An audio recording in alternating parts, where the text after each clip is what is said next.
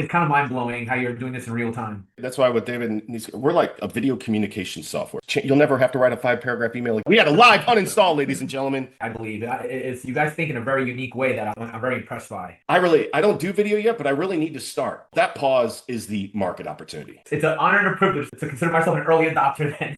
And I know my purpose driven is actually to influence like these students so they don't lose hope. I said, I was like, yo, Doug and Quinton, they just chill and vibe. We could be doing the same thing. The best place for students, lock them in early. Let's let them, their first experience on video be who they see in the mirror, not shame and regret, right? Thank you. Like that's what, like, welcome to TimeBolt office hours on July 10th, 2025. You are live with Doug and Quinton. We're here to answer your questions, check your workflows, and generally just make sure that you get the best out of TimeBolt. One of the interesting things, I think you're saying that the only software out there that does native camera source is OBS. Does OBS use a special driver for their native camera source? QuickTime does that too.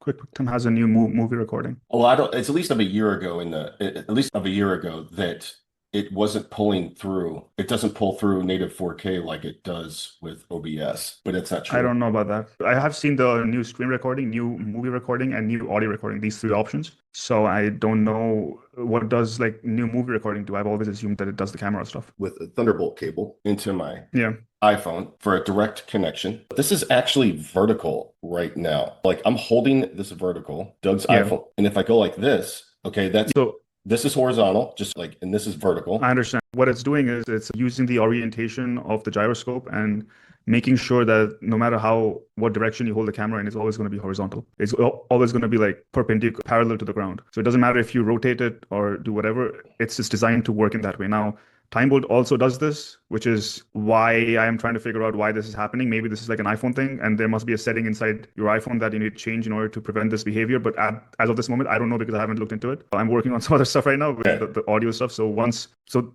the basic feature is built, we just have like a bunch of kinks, which it could also be that this doesn't really have a solution. Maybe this is the intended behavior of how Apple wanted to build this feature. Maybe there is no way of preventing this. I don't know yet. So once I get more information, once we finish the stuff that I'm working on, we'll get back to this. I don't know if this is a bug or a feature. I really don't, because it might just be how Apple intended to. Apart from that, the DSLR thing, Firewire and USB connections, I'm pretty sure that they limit the resolution and the quality. The only way to truly like get the highest quality of anything is by using a capture card. So a capture card 4K, 1080p, USB connections, and Firewire. I don't know about Thunderbolt 3. Maybe that's faster because it's a bit rate thing, right? You need high bit rate cables to transfer like fast video, good video quality. So I really feel like capture cards is the way to go. Don't test with USB. It's not worth it. Firewire, not worth it. You just won't be able to get the quality. But the 4K version and 60 FPS, and you'll have to like switch between 30 FPS and 660 FPS. So the one I have is 60 FPS. I don't know which one you have. It's Elgato. Here's my camera hub. So the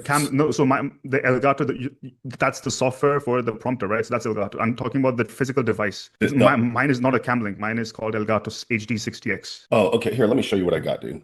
Just so. Hey, Diego. Diego's online. Hey, how's it going? That's good. See, that's what I have. And David. Is that? Yeah, no, it's not what I have something called an HD60X. HD60X. And does that operate differently than? No, the device is the same. It's just it's a different company. Like I have something from a different company, and mine is rated at 4K 60 FPS. But does it work? Have you tried running your Sony ZV-E10 with that particular hardware device? Not with TimeBolt yet, but this video recording that you're seeing right now, the camera capture is through that card. Okay, the video recording, the camera capture through the card. Because I'm just wondering if it's one of those things like you're saying, like we're going to have to go kind of device by device, but No, I don't think so. I don't think it's a device by device thing. I just think there might be some aberrations with particular models, but I don't believe it's going to be a widespread issue. It's just like something we need to figure out, and it's not going to be an issue. Yeah. Okay. All right. Perfect. The capture inside TimeBolt with high definition has been going great. I think you should just give context to the people joining of what you're talking about. We're working to understand, and Quinston has been working on our capture technology, which allows us to capture native camera sources at 4K inside TimeBolt. That also is going to be working in concert with our smart crop technology. We're working to figure out what the behavior is like capturing this just straight out of a DSLR camera versus an iPhone camera. So for example, like with the camera input, I can go iPhone, and it's not by capturing a native camera source, it's not limited by the resolution of your screen. So some screens are lower resolution, and that's how it captures your base canvas like that. This gives you just straight camera source quality. We're working on understanding what their buffering technologies are, and Quincy will be able to explain that more. But at the same time, we're working on the usability aspects of capture, which includes things like audio previews, so you can tell where your audio along with video preview as well, which is something that we're about to release. Specifically, if we were to do camera only source here, okay, we're able to actually see what the preview is going to be inside the window. So it's not so, it's so much like if you're capturing your native camera source and you come down here and you want to do something like a vertical centered, you just make sure that you're centered up vertically, and here's what your video preview is going to look like. That's what video preview is. So yeah. Do you have anything to add on that, Quincy? No, so right now the 16:9 vertical center doesn't show it in the center. So we're going to improve this in the way that this preview will include like a square. If it's recording square, we'll keep a square there. And if it's recording vertical, we'll have vertical, so exactly like what's been captured. And full frame with the smart crop, these are features that we are piecing together that belong to a larger suite. So there hasn't been a huge push, but there's some stuff on our blogs. But how all these work together is what's extremely exciting. For example, the 16:9 centered no black bars, that's really limited to people that are using MacBook Pros 14 and 16-inch models where the screen is 16:10, not 16:9. It allows you to capture videos straight off your Mac. Before, we were users anywhere would either have to do a post crop option or record via some type of web-based recorder. And what this does is it does automatic cropping and cuts out the black bars, so it shows perfectly on like YouTube videos and whatnot. So you don't need an external monitor. But the only reason that you would need that is if your screen is 16:10. Right. So most of us are just going to be at full frame, no crop. Then you get 1:1 for things like LinkedIn, and then a 9:16 vertical obviously for social posts. And that eliminates that whole post cropping, and it puts it in a nice 9:16, no black bars. There's really thought that goes in.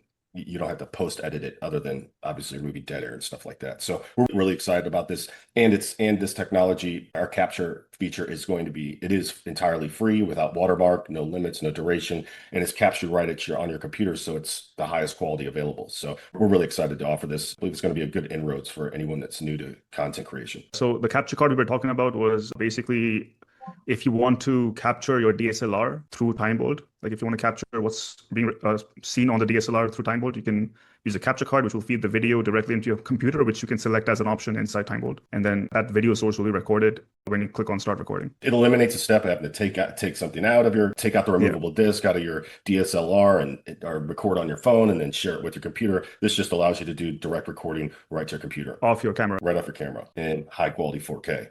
Some of these, as we were talking, like the DSLRs is typically going to require, just like in any one of these technologies, is going to require some type of 4K capture card in order to process that. Now, David jumped on us. Are you there, David? He put some messages in the chat. I'm here. I'm a bit shy. So how can we help you today? We don't have two on. Oh, I'm sorry. We wanted to help you get you. Sorry, you were saying? No, I was just asking what type of issues you were having. Because currently my first thing is I'm using Logitech Capture. So basically it allows me to capture two source with two audio. And the sample video that I shared to you shows that there are actually 4 sources of audio, and that's why there's an echo at different time. But after I saw the latest version of both, I think I know what's my reason, because I never disable one of the sources. Did you share that file with Doug? I did, less than 10 seconds. Okay, basically, so you're saying there's a multiple voice coming in. Correct. So is it like a multi-channel file or multi-track? Are there 2 audio tracks or like one audio track with like quad channel? I do not know, but I know after I put it in TimeBolt, it shows a permutation of like 4. It's multi-tracks, right? Okay. Yeah. You will not be able to fix that problem because you will need to like alter the source. Like when you're recording the video, just turn off that source, and then you'll be able to just because I think you're selecting 2 sources, so just turn one off and the other one will be just fine. I didn't know about this because all the while I've been using time with one source, but also my laptop sucks. It's okay. David, while we got you on here, I do want to show you something that is it's definitely important that I found. So, he doesn't have this update yet. He doesn't have this. Oh, no, it doesn't. So when the next update comes out, okay, when you're recording, do you record system audio? I'm using Audio Technica, but I have a special mic. Is it a Windows or a Mac? It's a Windows. Okay, good. So Windows will record system audio. So TimeBolt records system audio in Windows just off the bat. I've never really heard of anyone with Windows saying that there was any type of lip sync issues, like any type of lip sync delay. Do you have are your lips typically in sync with the audio when you record? Only recently, because I've bought Logitech camera, okay, and I'm using Audio Technica. So I have two source of camera and one source of mic, but I don't know where's the other source coming from. It's probably a feature in the hardware. Is that something you want to check? At this point, I don't think my laptop can handle opening up. I didn't know TimeBolt has this two source thing. I always thought they only have one. Two source for the camera or the audio? Two source for the camera. In your videos, so you're recording directly from source, right? With I guess with Logitech software. In the middle of your recording, do you switch your camera source and switch between like both the cameras while you're recording? Or is it like you record once and then you switch and then you record again? No, I have so basically you see this big screen here, then this small screen here. So it's so basically this is where I put my face in and this is where I present. So you're recording your screen while you're recording the camera. If you notice, this is disabled. So I don't know where's the other source coming from. Can you go into the audio option and click on it? Is your microphone AB13X USB audio or are you using the default one? So I think you should click on that one, right? It's selecting the other one. I'm still audible, right? Okay, so I've never explored this, so this could be the reason. We do actually. Dude, stop with Yeah. the OBS. Yeah, I noticed we have Hold on, you because don't need Oh, yeah. OBS. You don't need OBS. Actually, you don't need OBS. My bad. I completely forgot. It's so funny, man. He's so deep into camera only source. I'm like, It was nice to hear you guys like jokingly bicker like that. yeah. I know what that's like when like I've also created software with my business partners, and it's nice to see the behind the scenes of like. Oh yeah. No, he literally built like the best, like, because he literally built the best screen recorder with super, like, you can Yeah. move your thumbnail, it's recorded at the source, it's high Oh, yeah. quality, you can go full screen, and like there's all kinds of amazing stuff right there on that button. That's what I'm trying to figure out. Why are you even like using anything? Yeah. So you click on capture and select screen and camera mode, and it will give you like a thumbnail, which you can. I know, but You can close the Logitech software for Yeah. now. Just close the Logitech software. Close that out, dude. You do Yeah, not it's need probably. that. I'm telling you. Yeah, it's probably taking your processing power anyway. Okay, Yeah. go into TimeBolt. We can't see that TimeBolt screen. I think you should like put it on the screen you're sharing. You can make it smaller if you want. I noticed that we have this. Oh yes. So it's Screen with different. camera, There's only one. and you got every audio source and every video source available. It'll give you a thumbnail so you can just like switch around if you need to. So when you open screen with camera, it will like give you like a thumbnail which you can go around while you're recording. So if anything is blocking, if your face is blocking like a section you want to show, you can change the position. I think Doug can show you an example on his, like if you There you stop go. sharing right now. I think he says he's like shy or something. Well, Doug can show you an example of what. when you open this up, you're going to have, I can do screen with camera. Okay. Here's my thumbnail. I can move it around, make it small. You can't do any of this stuff with Logitech. Do not ever record with Logitech again. And this is all done right. Wait, I'm sorry. You're doing that with TimeBolt right now? I was playing around with this. So you just drag it and you put it on full frame. Like Yeah. I can, so like this is unlike any, but I can't wait. We're putting all these little pieces together, and this is going to be the most beautiful capture technology. I use capture stuff and I edit videos. What you can do with changing scenes and all that kind of stuff is incredible. So imagine. When you select full frame, where is it? Because when I tried it yesterday, I have a big, I don't know, like, it was like a 32, like the screen that goes like this, but it was capturing the whole screen. So I could actually only select part of it. Or how did you resize yourself like that? Because yesterday I wanted to capture just a little part of the screen, but it took the whole like 32-inch like monitor that I have. Like right now, the way you're showing your face, like what you were resizing your. Like this? Yes, but when I did it on full frame, it captured the whole screen. Well, that's because you hit this button. Like, this is the thing. So you can be talking, showing something in the background. Damn it, why the hell you can be talking, showing something in the background. You could be talking with like, this is a keynote presentation, right? Like, it's a keynote presentation. I can put this anywhere, be talking. You stop talking, go full screen and start talking again. Okay. Then once you stop talking, you can go back, and it's going to be like when I edit it in TimeBolt, I just switch scenes, right? So you can go, this is like hit escape, come back. I think I just need to see what you're clicking on the settings to be able to do that. I'm not, this isn't a settings. Like, I'm not clicking. This is just me holding down a button. So you clicked on full frame. Full frame is for the final video. So what full frame means is that. I thought it was like, oh, you want to record desktop. Doug, can you pull up desktop. the screen recording options? Yeah, I interpret that as like screen 1, screen 2, web screen. That's how I interpret it. Okay, can you open up the screen recording options? Can you open the screen recording options? Yes. So if you actually, I know, can you show them? If you look at the bottom, it says full frame, right? And full frame is for the cropping option. So what crop means is that when you get the final video, you can select what kind of crop you want. So it says full frame because it's not going to crop anything out. It's going to capture the entire screen. So full frame is just like a enhancement or like and something you apply onto the final video. So Doug, can you stop the recording and show the options inside that crop feature? Yes. And right before we do, this is the other important thing about this. While I'm recording, I can switch cameras midstream, dude. Like, so it's still recording right now. This is the only software besides OBS, right? I can switch camera streams midstream. Boom. still recording. Whoa. So that's second camera. I can do third camera, whatever the hell, it doesn't matter. So then when I hit stop recording, And the background where it says step one, step two, that is also included in the footage. So essentially, your screen Yeah. recording plus a camera on you. it's a keynote presentation. I can put this anywhere, be talking. You stop talking, go full screen and start talking again. Okay. Then once you stop talking, you can go back and it's going to be like, see that? You just like switch scenes. Once you stop talking, Yeah, but you can go back and it's going to, do you Yeah, understand? so basically jumping between full screen and the screen capture. you guys are way ahead of your time. This is pretty crazy how fast you did that. I couldn't tell if you were real life or not because you just screen recorded that, right? Jesus, man. Just screen. Well, and that's You guys are incredibly bright. I gotta give it to you guys. It's kind of mind blowing how you're doing this in real time. that's why with David, we're like a video communication software. And it's so simple to capture. You'll never have to write a 5-paragraph email again. Just open up capture. Like now, if I wanted to, okay, if I was like giving feedback or something, if this wasn't like a YouTube presentation where I'll go and export a single video, what I typically do, if I was sending this to Quinston, I go put some turbo mode on it, 1.2, and then I would hit export and upload to an unlisted link. I'm able to send quick video banger messages right after I recorded so that if I wanted to give creative feedback, or for example, you're like giving feedback on a video, Diego, like you're like Yes, giving your like instead of taking screenshots and all that shit, you use TimeBolt for everything. You just leave it open on your computer and just record the shit out of things with it, right? Yeah. Like, So right now, the reason why I'm kind of blown away is because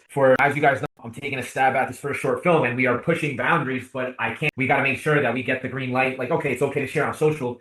And today, one of the members of the organization, and he's the only one that hasn't been briefed as to the creative direction. And his pushback was, he was like, I don't really get it. He was more nervous. Whereas in my head, I'm like, man, if I can just explain it to him, because everyone else is on board, if I can just explain it to him in a way that I can put it on a timeline way, it would be so much easier. And I was just blown away at how quickly you did that, because you literally recorded it instantaneously. And then when you played it, I couldn't tell if you were talking to me in real time or not. that gets kind of confusing because it's the same. But this right here is our banger technology. You upload it to an unlisted link, and here's the shortened version. That's because you hit this button, and it's going to be like when I edit it in TimeBolt. Put the link in the chat so that he can watch it on his computer. But this is like sending it out on an unlisted link, Bloom, but doesn't suck to watch, which is to me the most important thing. Right. And it's high quality and all that stuff. And capture is free. Like, I think our capture tool is one of the most ingenious pieces of this because it gives you a very fast on-ramp to, hey, now it's TimeBolt's right there. Who the heck wouldn't want to cut out all the dead air and do all that stuff super fast? Let me put this in the chat. So when you say it's an unlisted link, how do you define unlisted? It's made for quick video messaging. It's not. You can't go on the internet. It's not searchable by any SEO. It's not searchable for SEO. Plus, nobody can find it unless they know the exact combination of letters and numbers. Okay, that's what I need to know. Just because I want to make sure that I protect the privacy of this project. I don't want it to misrepresent anyone. There are ground rules to the creative process I'm taking here. And then it's non-public. The last thing that I wanted to share as far as capture goes, when it comes to capture, is this great thing that will be coming out in a future rendition, specifically on MacBook, like, because I'm a MacBook user, okay? Like, if I record using my MacBook, like, video recorder, there's no, like, lip sync issues or anything like that because I don't have cables coming in. It's not like an alternative camera source. But there are some things like a DSLR camera where you're wanting to pull in certain types of audio that there can start to be a lip sync issue over time. And certainly with the DSLRs. So this fixed everything. So we have an audio delay button. So if you notice, there's like, always do a test when you first record something, right? Don't just, if you're going to record a YouTube video, just do a test. Be like, hey, check 1, 2, it's shit working. Is my audio working? Do I have the right camera?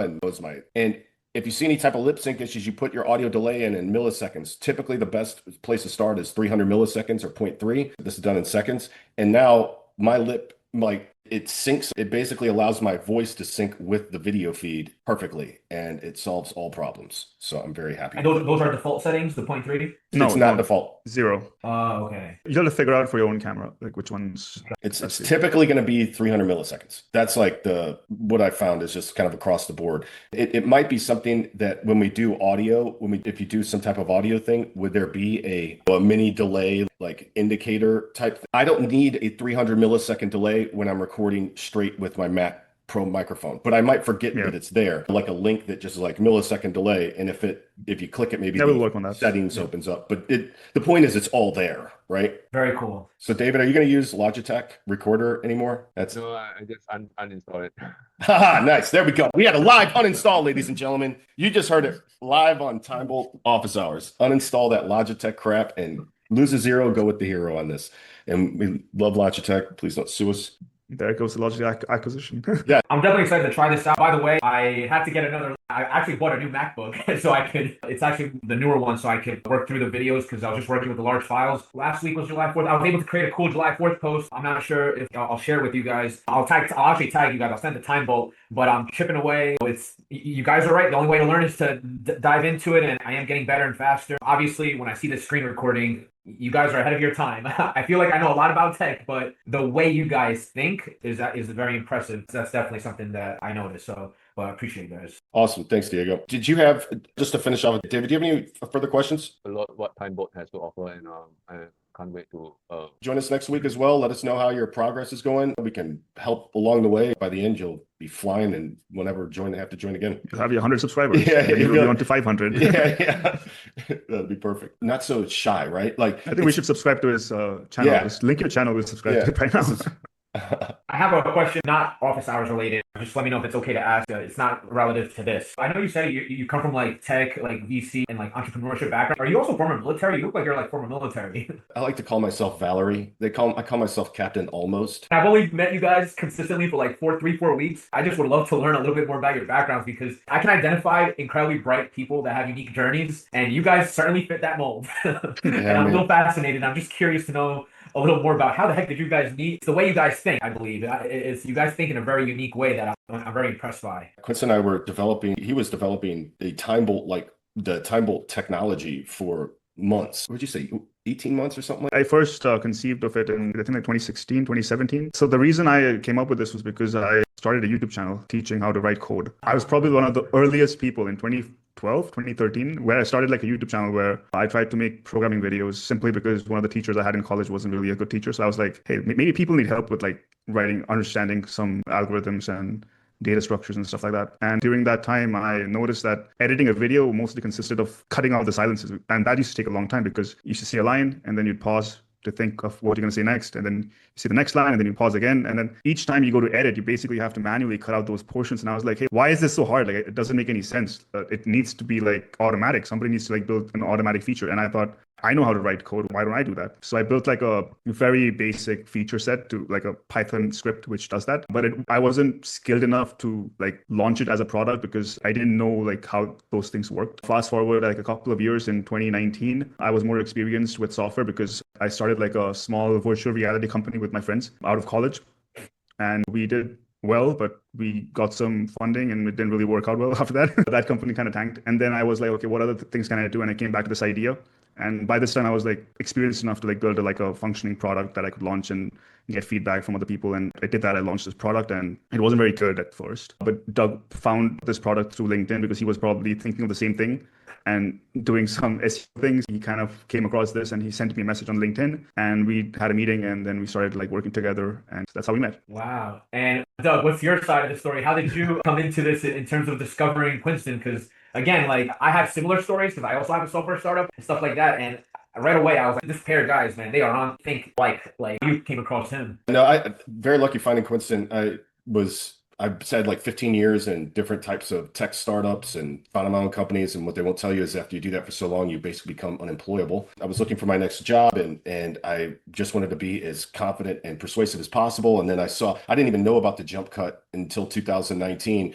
And I'd hear on like podcasts, like, man, these people are smart as hell, how they talk. And I wasn't a big like on YouTube very much, but it's more like LinkedIn. All of a sudden I saw this one guy, Walker Reynolds, like I was an hour into like I was 20 minutes in and with an hour's worth of work into an hour-long video, right? So like an hour video is going to take me 5 hours to cut by hand. And I was like, holy shit, are you telling me people actually do this? And I was like, you're looking at a waveform, like I can visually see the difference. I was like, to show employers what I could do, I started the brand TimeBolt, and without even knowing about Quinston, I didn't even know he came out like right when I was coming out with the brand TimeBolt. And then 6 months later, as I was building this up and making animations for it to show employers how I could find a Quinston. And that's how I was like, holy shit, somebody is actually working on this on the other side of the world. Over time, I think I had a decent portfolio and pedigree to show Quinston. And that's how you can attract a top level developers by actually, as a marketer and a business guy, you got to go out and build something first and give people a reason great developers a reason to work with you. In your experience, Doug, you said you were captain almost, and you also talked about building products / also market and reach. But I'm curious to know, you say you're captain almost, and you say that you pretty much became unemployable. But in your perspective, what's more important, building the community or the concept? Or is it a dance between the two as you go about and gaining people and convincing them that this works? Because you also said that you wanted to do it to have your own confidence. I don't sense or hear anything in your voice. You guys are very confident. Obviously, that's built through the fire. But I'm just curious to know, like, as you were thinking long term, what became more important, like the product or building the community and the awareness? Because that's kind of what I'm trying to learn, how to communicate that with people that they're giving us the opportunity to start this film. And I know I have a lot of marketing experience, and like I'm trying to learn how can I communicate this just like you did to your, whether it's investors or friends or whatever, in a way that, hey, trust me, I'm marketing to help create the channels. But I also understand that this film is going to take me time because everyone's telling me to take your time with it as it relates to creating the narrative. So that's why I asked that question directly. I've been very fortunate. I've had a co-founder that understands the principle of, hey, look, it's not just a matter of like going out and telling people about it. You have to have a substantive product that allows people that'll get people to talk about it when you're not there. So TimeBolt was built, it's not a snake oil product, right? Like I'm not out there pushing something that actually isn't the fastest, best software. And I think that's where the confidence and the voice comes from. And we started by building the product and the marketing assets behind that so that when affiliates and big YouTubers started coming on board, I could speak with an authoritative voice and grab their attention. But when that happened, the product delivered on what we had. So like I've been very fortunate. Like I could not imagine, not only am I not technical like that, right? But even if I was, my brain is so much able to focus in on messaging. It's my job's the distribution, and that's something that I'm continually learning.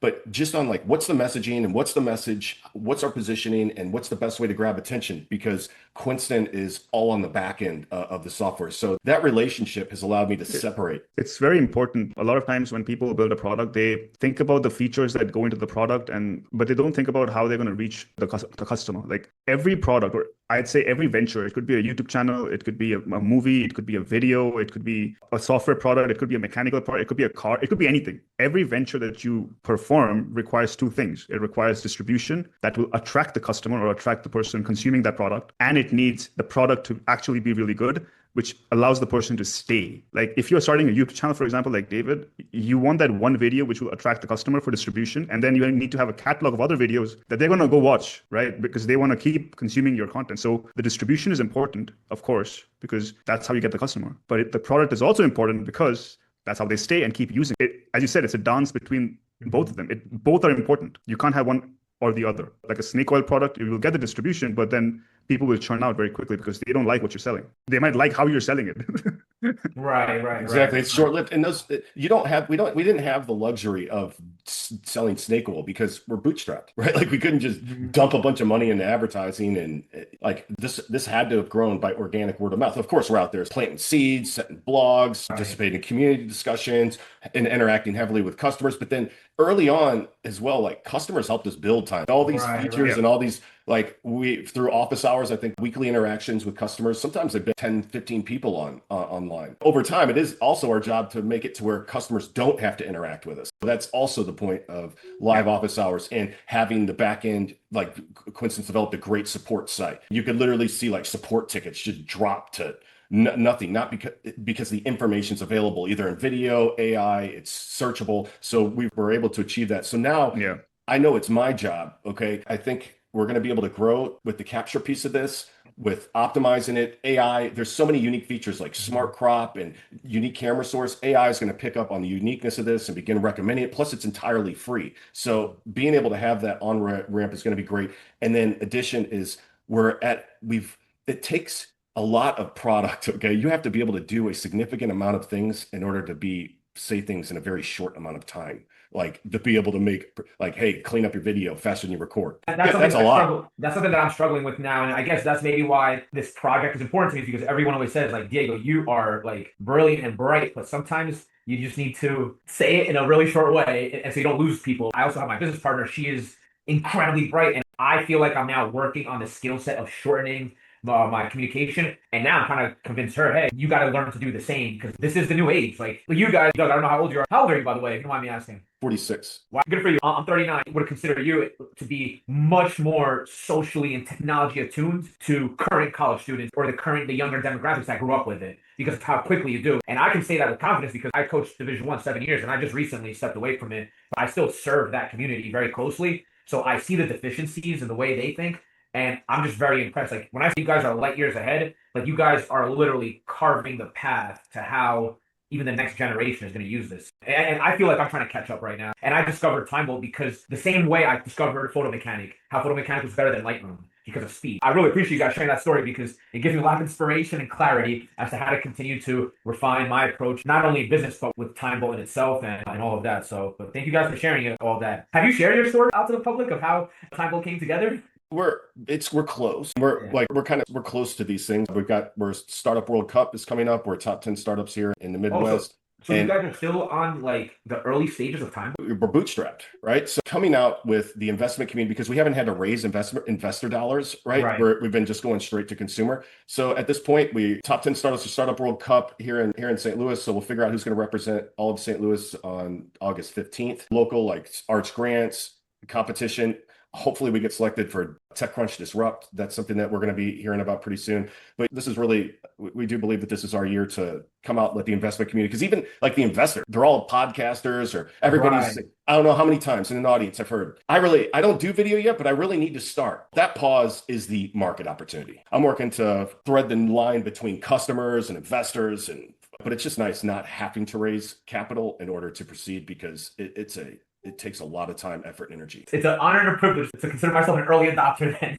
Yeah. Because I'm definitely part of this story. And I am certain when time comes, somewhere we're going to intertwine and this is going to be a lot bigger than you or me can imagine. And it's only because I also have a startup, not related to this. I know the power of community and I know my reach. I believe that your network is your net worth. I'm not rich. I'm also bootstrapped in life, but I know I'm onto something as to how I can impact the sports community simply because of my former career being in college athletics at 3 different institutions in different parts of the country. So, and I know my purpose driven is actually to influence like these students so they don't lose hope. They're very scared right now, and I'm trying to diffuse that. And it's different in the South. I'm from Jersey, New York, so I spent 5 years in New York City tech circles where everything is progress, and refine, adapt. So like we move at 1 million miles an hour, and coming to the South, coaching at 2 universities here, I started to see how education influences, how there's a perceived glass ceiling, how speed matters. Like it's a lot slower here. So when I move too fast, I push people away. A lot of things that I experienced that I never experienced in the New York City tech circles. I like thrive because I met so many people. I met people from Adobe. I met people from here, this and that. I come here and I'm trying to push Wilmington, North Carolina. Like I was like, guys, like this is what they do in New York. And people are like, dude, chill out. Like slow down. Like we're just a small beach town. It's more about how do I protect my ambition and how do I protect my forward thinking progress, but adapt it to this community so that they can absorb it at their own speed. That I'm sure you can relate as to why I'm so aligned with how you think because I get it. That's what I'm trying to figure out is it is a riddle for me in terms of market reach, target market, and where to go. But no, thank you for sharing that, guys, both of you. And I don't want to hold you too long, but I really appreciate you guys always having these office hours, whether people join or not. I'm always impressed with your consistency. And I even told my friend Taylor, I'm like, Taylor, I was like, this is how Doug and Quinston do it. Like they just like me and Taylor will call each other 20 times a day, like updates.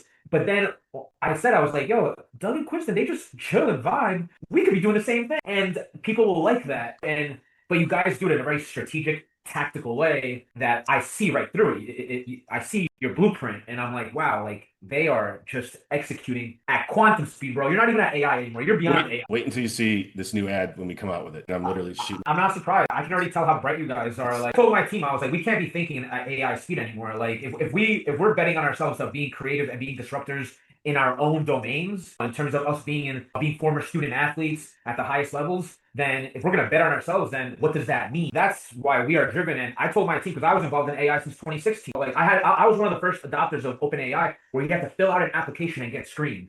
So I was working at Oxford, and I said I'm using this at the cross sections of higher ed, positive psychology, and this. 9 months later, OpenAI approved me to start tinkering around. Now, fast forward, we're in what, 2025, and all this, sometimes it comes to the surface. And now I'm realizing that like you guys are operating at literally quantum speed. AI, I think you guys are gonna kill it this summer, and I'm just so grateful to have met you guys and hear. We'll get Capture up and running, and we think that this is the best place for students. Lock them in early. Let's let them, their first experience on video be who they see in the mirror, not shame and regret, right? Thank you. Like that's what, like imagine you Capture and your first opportunity when you're doing a presentation when you're in 7th or 8th grade, that you're like used to your TikTok brain. Fuck, everybody's so smart, fast, sharp, witted. And then you try and do that on camera and you're like, I look nothing like that. I'm slow. What they don't understand is like, well, if you can just clean that up real quick, their first time, they just hit and it just auto pushes like, I'm not that bad. I don't have to restart 100 times. I don't have to practice.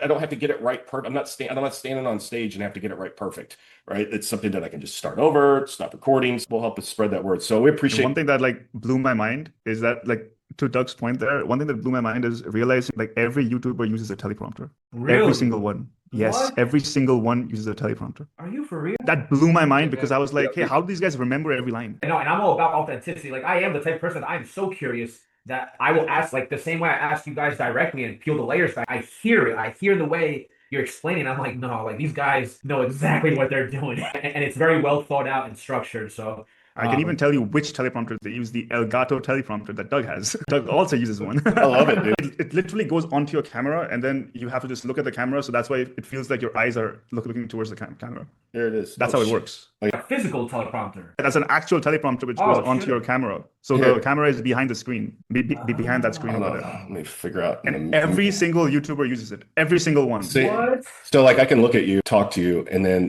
every single YouTuber uses this, but it's an actual teleprompter. Oh, it's really cool. And I just wanted, before David, is he still on? I heard that YouTube is going to demonetize in a while any type of AI voice. That coincidence? If you it'll detect an AI voice and it'll demonetize if you actually use AI, like for your voice, which is great. I do think that's great too. And I think the next wave of the future, I think, is authenticity and people being, and I think authenticity means like in the moments, like you being able to be, like you said, express yourself without shame, guilt, not afraid to make mistakes. Like if you ain't dead yet, keep going, like keep it moving. And it makes it more meaningful to me just to hear how purpose-driven you guys are behind TimeBolt, because clearly you've been designing this with lots of love and care, and it sounds like you even created it for yourselves first, and then you want to share that to the world because you realize that. Great stuff, guys, and I look forward to connecting with you guys again next Thursday because I love this. All right, awesome. It's great having you on. David, thanks for joining us. Diego, obviously, always, thanks for choosing TimeBolt. Yep. You're a great customer. And that's it for this episode of TimeBolt Office Hours. Don't forget to like, subscribe, and of course the notification bell when we go live, and we're out of time. Thanks, gentlemen. Bye, guys. Take care. Thank you. Thanks for having me. Bye. Thanks, David. Thanks, David. Bye.